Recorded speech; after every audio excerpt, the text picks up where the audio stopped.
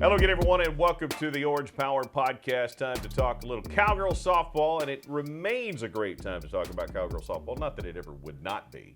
It's always a good time to talk Cowgirl softball, but when you go 4-0 in a week, it just makes it that much easier.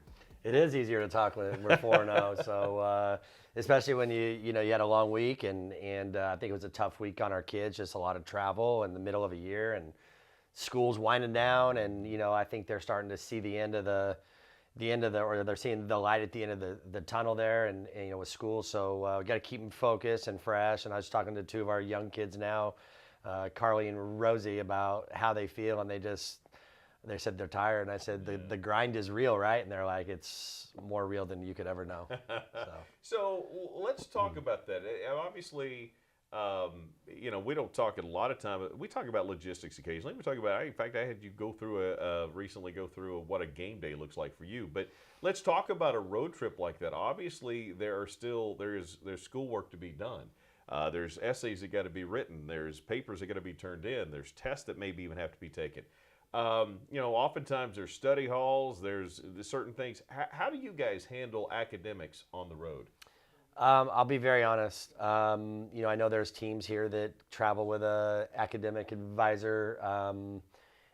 We don't. If we needed to, we would. Mm-hmm. But our girls, they do very well in school here. We think we recruit that. Mm-hmm. That's an expectation here. It's part of the Cowgirl way. And so they just, they'll let me know if they need something. They'll let me know if they need to be late or not go to a dinner. We'll bring them food back. We don't always go to eat. That's kind of rare, but we like to bring in food. Part of that is to make their time count. Mm-hmm. When you take 40 people to go eat, that's a 2-hour obligation. When we can have food brought in, it's very nice for them to just be able to get back to their room to take care of the things that they need to do. So we really don't do a whole lot except make sure that they have the time that they need. I think it shows. We talk all the time, about how trips can often bring teams together. And oftentimes we're talking about usually non-conference part of the season. This one was a midweek with North Texas on down to Houston, so it was an extended time for you guys. Did this one, again, with everybody already being tired and feeling like you know each other, did this one present some of those special moments, or was it, okay, now we're just settling into everything we do? No, I think you're continuing to build throughout the journey. The journey is not over. If our girls just stopped having fun or getting close to each other, then the journey's probably over. I don't know that you can continue to achieve what you want to achieve if you're not striving to get better. And getting better is not softball. Softball is what they're already really good at. It's the other things. It's being the best teammate and friend and all that kind of stuff. So that journey, it's continuing. It's a work in progress. It's not perfect. It's an imperfect journey. It's a bumpy road at times. It's getting harder, but that's what it is. That's what we have now, and so it's our job to adapt and find new ways and new things that keep these girls fresh and excited and all that kind of stuff. So I think we do a pretty good job of that. I've got a really good staff that's paying attention to them and giving me a little heads up if I need a little heads up on a potential issue or something that I may need to handle. The one thing I know about my staff is that they're going to use me when they need me. There's things that they can handle, and then there's things where they come in and say, hey, you may want to take care of this. And that's what's fun. And we're going to get to softball and, again, the North Texas-Houston series and talk about what this week. But before we do that, last thing there, you and I were talking about, I was at a coach's clinic recently, and I actually heard Houston Nutt speak last week. And one of the things that I thought was really cool, Houston Nutt was talking about, by the way, his Lou Holtz impersonation is really good. But he talked about the fact that when he would going through two-a-days and life is hell and you're, school's hard and you're not playing well and you're sweating and you're exhausted, best days of your life, boys, best days of your life. Sends them a note. Best days of your life. Well, he's telling this story, and I'm sitting next to a guy that I have the opportunity to coach with at the high school level who played 25 years ago, 25 years ago for Houston Nutt at Arkansas. And before Houston Nutt could say what he said, he goes, "Best days of your life." And Coach Nutt goes, "And I always told him the best days of your life." And I'm like, it's like, man, I heard it 1,000 times.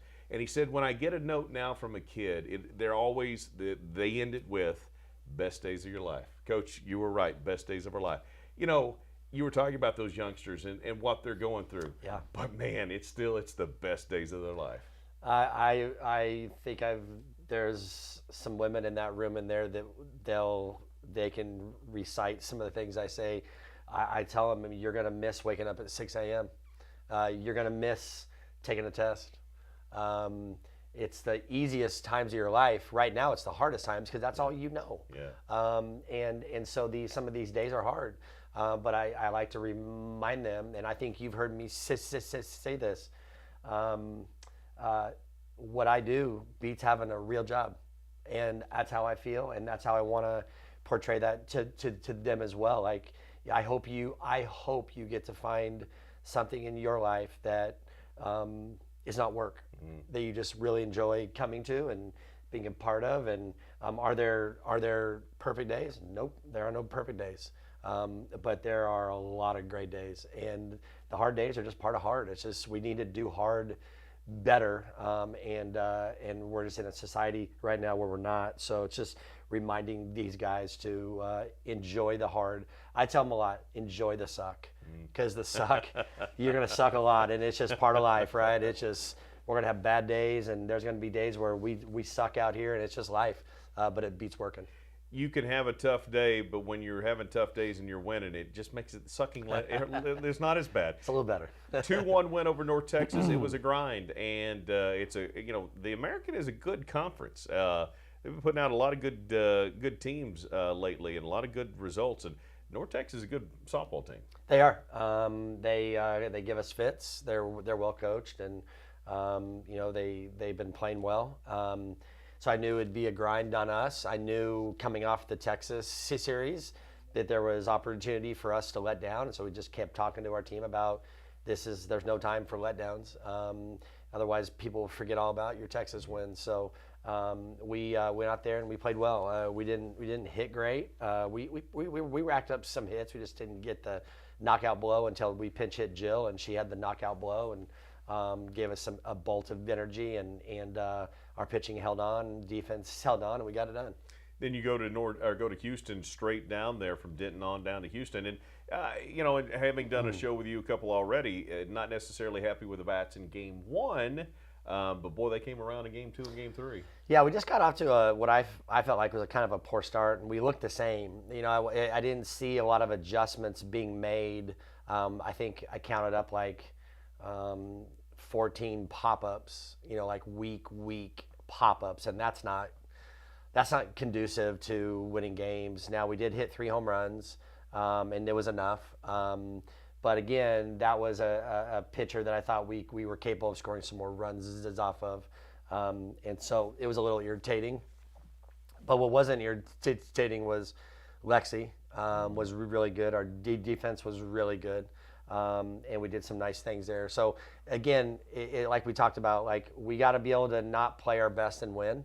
We did that, and it propelled us into the next couple of games. 2 Lexis, right? Lexi McDonald and Yeah. Lexi Kilfoyle both had really good, and Caroline Wall. What an incredible weekend. And I haven't done a good enough job talking about McDonald. I thought she really had a good weekend. She really, really did. And it was good to see. She's working her tail off. She's got a great mentality, and that's what some of our kids right now that aren't getting in games don't have. And hopefully she'll be a shining light to those guys that your mentality matters to us. The way your eyes look, the way your body looks, the way your body language looks. If it's not good, I'm not playing you. I'm just not, and I'm sorry, but I love all these kids, but poor body language is a recipe for not getting in this lineup. So her body language through not playing for about 10 games, maybe having four or 5 at bats, never changed. And I think that may be the difference. And I walked up to her and I said, um, why should I play you today? And I just walked right up to her, just caught her off guard. And she goes, because I'm taking good at bats and I'm working my butt off. And I was like, okay, you're playing today. She looked at me like, okay. And I was like, okay. And that was it. And I was down to 2 kids. And she was one of them. And I went to her first. And the response was everything I wanted to hear.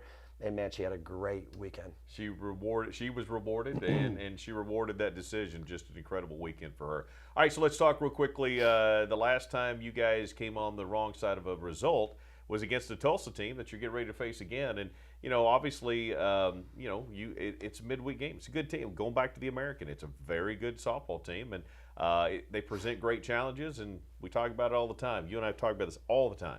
Midweek games are purposeful, and Tulsa is on this schedule for a very good reason.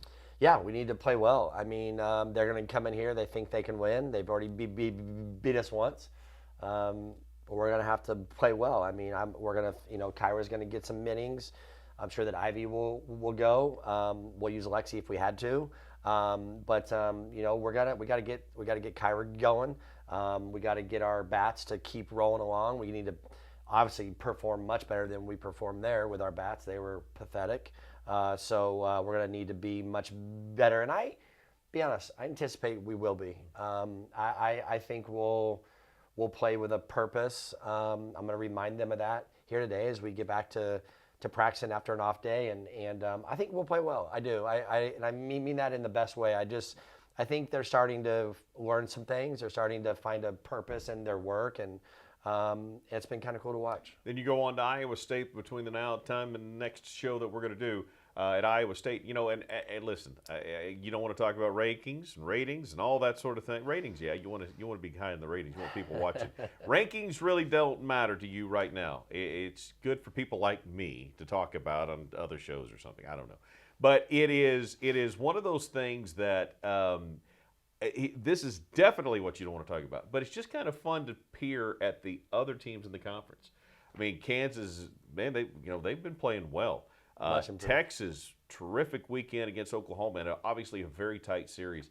You just start looking at the top 3, 4, 5 teams in this league, and it makes Iowa State may not be one of the top 4 or 5 teams record-wise, but these games, you always say it, they're as important as any other, because winning these 3. And then getting Texas Tech and that opportunity against Kansas, it just all starts setting up really well for a fantastic finish among the top teams in this league. I think we need to talk about first is your passive-aggressive tendencies on the show that we may need to do another podcast on. I felt that, and I'm okay. If I need to be your punching bag, it's okay. I can make that happen. But, this league is good. I mean, and it's really cool that Kansas is playing well. Kansas is a program that's got a beautiful facility. I've seen them out recruiting a lot, which tells me we're working. Can't say that about everyone, and it's really cool. And I think it's cool that they get rewarded for their coaches' hard work. They're bringing in good players. They're coaching them up, and it'll be fun. Iowa State creates us problems every year we play them. We have a pretty good rivalry with them. Some of those kids are gone, so I don't know if that's been passed down or not. We'll kind of see how that goes. It's a tough place to go and play. It's just they don't have lights, so you don't play at night. You play all the day games. These kids love night games. The only time you love a day game is on Sunday, so you can get out of there. But we'll have to play well.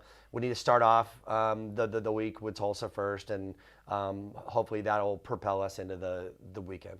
Tulsa, Wednesday, 6 o'clock at home at Cowgirl Stadium. The Iowa State Series, 4 o'clock on Friday, 1 o'clock on Saturday, and noon on Sunday. So there's the games. Last thing, your office windows all have seemingly a one-way mirror. If you're on the outside looking in, you just see a reflection of yourself in some kind of graphic. On the inside, you can see directly out. What's the kind of fun stuff you see looking out of this window, looking this way? Well, so I say this a lot. I can usually tell when our girls are parked up top there. I can usually tell as they walk down the deal and walk across, I can usually tell if they're in a good or a bad mood. So that's when, we have a rule here we enter through the front door. Yeah. That's one of our few rules. And the other one we want you to do is to say hi. We peek your head in these doors here and just say hi. They're always open except when we're doing your show because you demand some privacy.